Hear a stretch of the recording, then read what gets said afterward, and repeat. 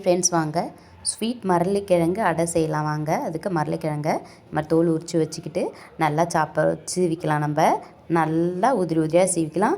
அதுக்கப்புறம் வெல்லம் நம்ம தேவையான அளவுக்கு வெல்லம் எடுத்து வெல்லத்தையும் நல்லா சீவிக்கலாம். உதிரி உதிரியாக வெல்லத்தையும் நல்லா சீவிக்கிட்டு பாருங்கள்.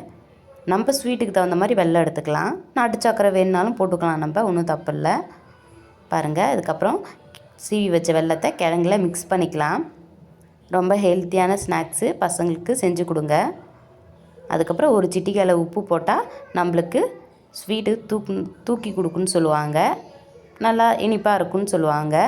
அதுக்கு உப்பு போட்டுட்டு அதுக்கப்புறம் தேவையான அளவு வாசனைக்கு தகுந்தது ஏலக்காய் போட்டுக்கலாம். சிலவங்களுக்கு அதிகமாக பிடிக்கும், சிலவங்களுக்கு கம்மியாக பிடிக்கும், அந்த மாதிரி போட்டுக்கலாம். ரொம்ப ஹெல்த்தியாக வந்துச்சு. அதுக்கப்புறம் தோசைக்கல்லை வச்சு நம்ம நெய் தான் இதில் சேர்க்க போகிறோம். நெய் சேர்த்தா பசங்களுக்கு ரொம்ப ஹெல்த்தி, அதனால் நெய்யை சேர்த்துக்கலாம். நம்ம ரொம்ப கிறிஸ்பியாக வந்துச்சு. உண்மையானுமே எங்கள் பாப்பாவே நல்லா விரும்பி சாப்பிட்டாங்க. மரளிக்கிழங்கு வேச்ச சாப்பிடாத நானும் சாப்பிட்டேன். நல்லா இருந்துச்சு.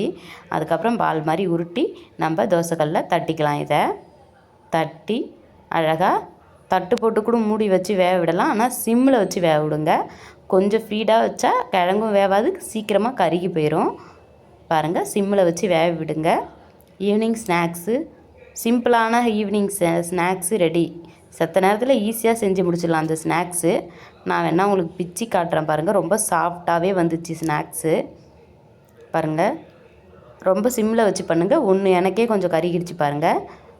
கொஞ்சம் சிம்மில் வச்சு பண்ணுங்கள். ரொம்ப ஹெல்த்தி, செஞ்சு கொடுங்க. இந்த ஈவினிங் ஸ்நாக்ஸும் உங்களுக்கு பிடிச்சிருக்கும் நம்புகிறேன். நீங்களும் ட்ரை பண்ணி பாருங்கள் ஃப்ரெண்ட்ஸ். பாருங்கள், நான் பிச்சு காட்டுறேன் எப்படி வருது மட்டும் பாருங்கள். நல்லா சாஃப்டாக இருந்துச்சு பாருங்கள் ஃப்ரெண்ட்ஸ். இந்த வீடியோ உங்களுக்கு பிடிக்கும் ஃப்ரெண்ட்ஸ். வாங்க புடலங்காய் கிரேவி பார்க்கலாம். புடலங்காவை கட் பண்ணி குக்கரில் மஞ்சத்தூள் உப்பு போட்டு விசில் விட்டு எடுத்துக்கலாம். நம்ம பருப்புக்கு விசில் விடுற மாதிரி புடலங்காவை மட்டும் தனியாக வேக வச்சு எடுத்துக்கலாம்.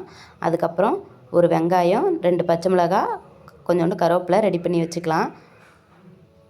அதுக்கப்புறம் 2 தக்காளி எடுத்து மிக்ஸி ஜாரில் போட்டு கொஞ்சோண்டு பெருஞ்சீரகம் ஆட் பண்ணி அதை நல்லா பேஸ்ட் மாதிரி அரைச்சி எடுத்துக்கலாம். நம்ம அதை நல்லா பேஸ்ட் மாதிரி அரைச்சி எடுத்தோடனே நம்மளுக்கு புடலங்காவும் ஒரு 5-6 விசில் விட்டு எடுத்தால் நம்மளுக்கு கிரேவிக்கு கரெக்டாக இருக்கும். அதுக்கப்புறம் ரொம்ப நேரம் வேக விட தேவையில்ல. பாருங்கள், புடலங்காவும் நல்லா விசில் வந்து நல்லா வெந்துருச்சு. அதுக்கப்புறம் வாணலில் எண்ணெய் ஊற்றி கடுகு போட்டுக்கலாம்.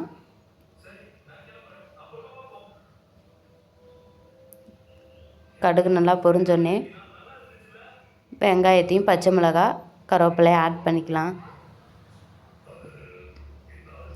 இது நல்லா வதங்கிட்ட உடனே நம்ம அரைச்சி வச்சுருக்க தக்காளி பேஸ்ட்டையும் இதிலே சேர்த்துக்கலாம்.